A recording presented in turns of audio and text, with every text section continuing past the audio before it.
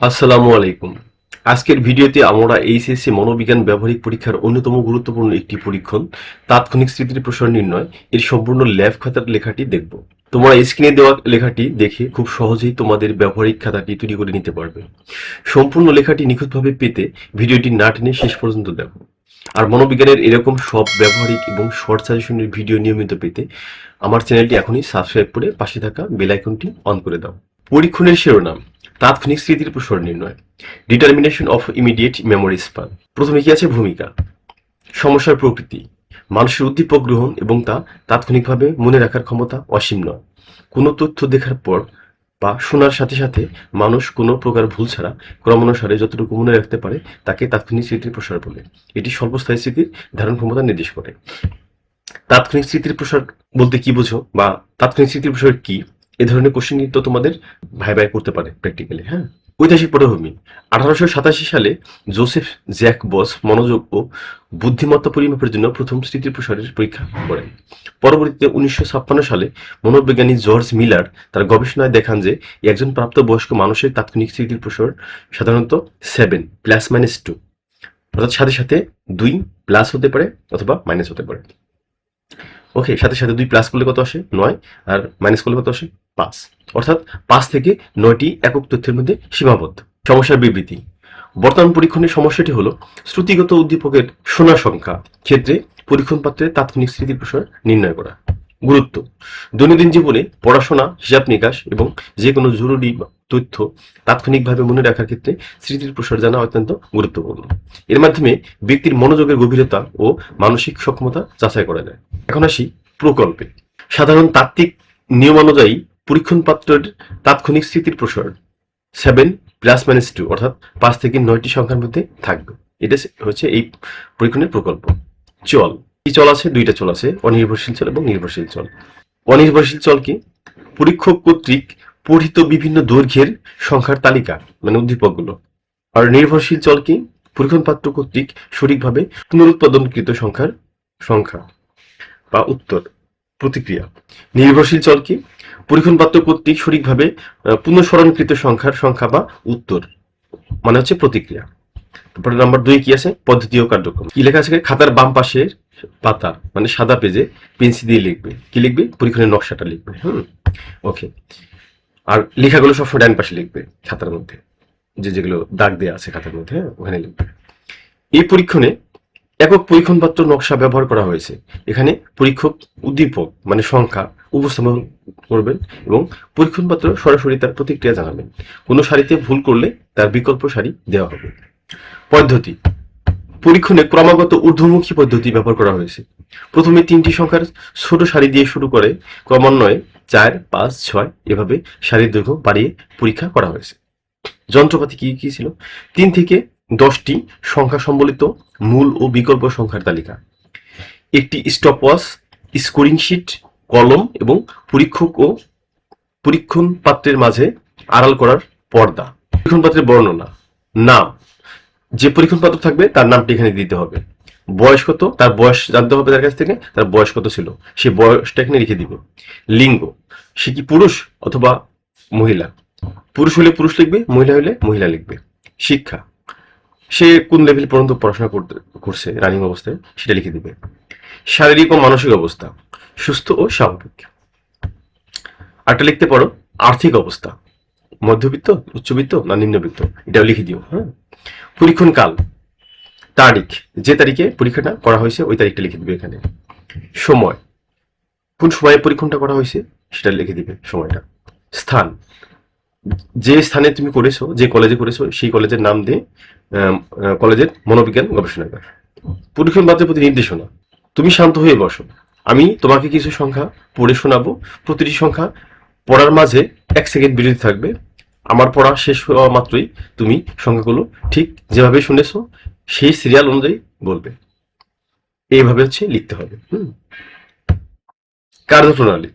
পরীক্ষণ পাত্রকে পর্দার উপারে বসিয়ে প্রথমে 3টি সংখ্যার সারি পড়ে শোনানো হলো, অর্থাৎ যে মাঝখানে যে একটা পর্দা থাকবে পরীক্ষণ পাত্র এবং পরীক্ষকের মাঝে, ওইটার কথা বলা হয়েছে। সেই পর্দা। পাত্র সঠিক বলার পর মানে পাত্র বলতে পরীক্ষণ পাত্র সঠিক বলার পর 4টি সংখ্যার সারি দেওয়া হলো, এভাবে দৈর্ঘ্য বাড়ানো হলো। পাত্র যেখানে ভুল করলো সেখানে তাকে একই দৈর্ঘ্যের বিকল্প সারি দেওয়া হলো। পরপর 2টি বিকল্প সারিতে ভুল করার পর পরীক্ষণটি বন্ধ করা হলো। পরীক্ষণ পাত্রের প্রতিবেদন। পরীক্ষা শেষে পাত্র জানায়, শুরুর দিকে ছোট সংখ্যাগুলো মনে রাখা খুব সহজ ছিল, কিন্তু 7টি সংখ্যার পর সারিগুলো বড় হওয়ায় সংখ্যাগুলো এলোমেলো হয়ে যাচ্ছিল। তবে পরীক্ষাটি দিতে আমার বেশ ভালো লেগেছে। অর্থাৎ এটা হচ্ছে পরীক্ষণ পাত্রের মতামত। এখন আসি ফলাফলে। ফলাফল অংশটি খাতার বাম পাশের সাদা পাতায় পেন্সিল দিয়ে ছক আকারে লিখবে। ফলাফল: উপাত্ত সংগ্রহ ছক, সারির দৈর্ঘ্য, প্রদত্ত সারি স্টিমুলাস, পরীক্ষণ পাত্রের উত্তর বা রেসপন্স, মন্তব্য সঠিক বা ভুল। প্রথমে ছিল কয়টা? 3টা সংখ্যা ছিল, সঠিক উত্তর দিতে পারছে। পরে ছিল কয়টা? 4টা, সঠিক উত্তর দিতে পারছে। 5টা ছিল, এই যে 1 2 3 4 5, 5টা ছিল, 5টা সঠিক উত্তর দিতে পারছে, মানে রেসপন্স সঠিক করছে। এখানে ছিল 6টা, 6টা নিয়ে সঠিক রেসপন্স বা উত্তর দিতে পারছে।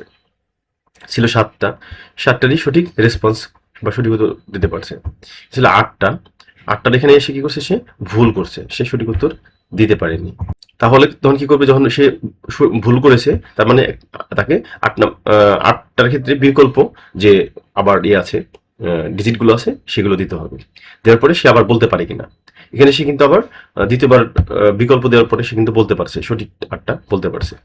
তারপর 9 নম্বরে সে কি করছে? ভুল করছে। 9 নম্বরে যখন আবার ভুল করার পরে বিকল্প দেওয়া হলো, সেখানেও সে কিন্তু ভুল করছে। তারপরে আর তাকে দেওয়া হয়নি, পরীক্ষণটি এখানে স্টপ করা হয়েছে। ফলাফল নির্ণয়। উপাত্ত বিশ্লেষণ করে দেখা গেল যে পরীক্ষণ পাত্র সর্বোচ্চ 8টি সংখ্যার সারিটি কোনো ভুল ছাড়া সঠিকভাবে বলতে পেরেছে। সুতরাং পরীক্ষণ পাত্রের তাৎক্ষণিক স্মৃতির প্রসার হলো 8। তারপর কি লিখবা? আলোচনা ও উপসংহার। আলোচনা। প্রাপ্ত ফলাফল বিশ্লেষণ করলে দেখা যায় যে আমাদের পরীক্ষণ পাত্রের তাৎক্ষণিক স্মৃতির প্রসার এসেছে 8। মনোবিজ্ঞানের তাত্ত্বিক নিয়ম অনুযায়ী সাধারণ মানুষের স্মৃতির প্রসার 7 ± 2 অর্থাৎ 5 থেকে 9 এর মধ্যে থাকে। পরীক্ষণ পাত্রের ফলাফল এই সীমার মধ্যেই অবস্থান করছে। পরীক্ষণ চলাকালীন কক্ষের পরিবেশ শান্ত ছিল এবং পরীক্ষণ পাত্র যথেষ্ট মনোযোগী ছিল, যার কারণে ফলাফলটি নিখুঁত এসেছে। আমাদের গৃহীত প্রকল্পটি সত্য বলে প্রমাণিত হলো। তারপর কি বলছে? উপসংহার। পরীক্ষণটি সফলভাবে সম্পন্ন হয়েছে এবং এর মাধ্যমে প্রমাণিত হলো যে পরীক্ষণ পাত্রের তাৎক্ষণিক স্মৃতির প্রসার স্বাভাবিক ও উন্নত স্তরের। 5 নম্বরে কি আছে? সারাংশ। এটা কিন্তু মাঝে হবে। বর্তমান পরীক্ষণটির মূল উদ্দেশ্য ছিল পরীক্ষণ পাত্রের তাৎক্ষণিক স্মৃতির প্রসার নির্ণয় করা। ক্রমাগত ঊর্ধ্বমুখী পদ্ধতিতে 3 থেকে শুরু করে ক্রমান্বয়ে বড় সংখ্যার সারি পরীক্ষণ পাত্রের সামনে উপস্থাপন করা হয়। সংগৃহীত উপাত্ত থেকে দেখা যায় যে পাত্র 9 ডিজিটের সারিতে পরপর দুবার ভুল করলেও 8 ডিজিটের সারিটি সঠিকভাবে মনে রাখতে পেরেছে। অতএব পরীক্ষণ পাত্রের তাৎক্ষণিক স্মৃতির প্রসার 8, যা মানুষের স্বাভাবিক স্মৃতি সীমার 7 ± 2 সাথে সঙ্গতিপূর্ণ। সহায়ক গ্রন্থাবলী। 1 নম্বরে প্রফেসর ডক্টর মোহাম্মদ রওশন আলী, উচ্চ মাধ্যমিক মনোবিজ্ঞান, প্রথম ও দ্বিতীয় পত্র, হাসান বুক হাউস, ঢাকা। এভাবে কিন্তু লিখে দিবে। লেখাগুলো এই উচ্চ মাধ্যমিক হাইফেন দেওয়া আছে, এই সোজা লিখবে পরে লেখাগুলো। প্রফেসর ডক্টর মোহাম্মদ আমিনুল হক, ব্যবহারিক মনোবিজ্ঞান, Puthighar limited, Dhaka. Miller GA 1956, the magical number 7 ± 2। Okay, এগুলো হচ্ছে এই সহায়ক গ্রন্থাবলী, মানে এই সমস্ত বইয়ের রেফারেন্স নিয়ে তুমি প্র্যাকটিক্যালটা পড়েছো। এখন আসি সাইকোলজিক্যাল রিভিউ। পরিশিষ্ট। ব্যবহৃত সংখ্যার নমুনা তালিকা, স্টিমুলাস, ম্যাটেরিয়াল।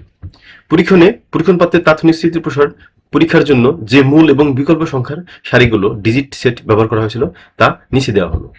মূল সংখ্যার তালিকা, মেইন সেট, 3 সংখ্যার সারি 4 5 6 7 8 9।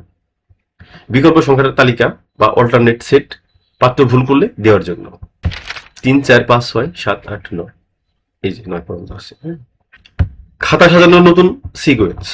ডান পাশে কলম, অর্থাৎ ভূমিকা থেকে যখন লিখবে তখন কলম দিয়ে লিখবে।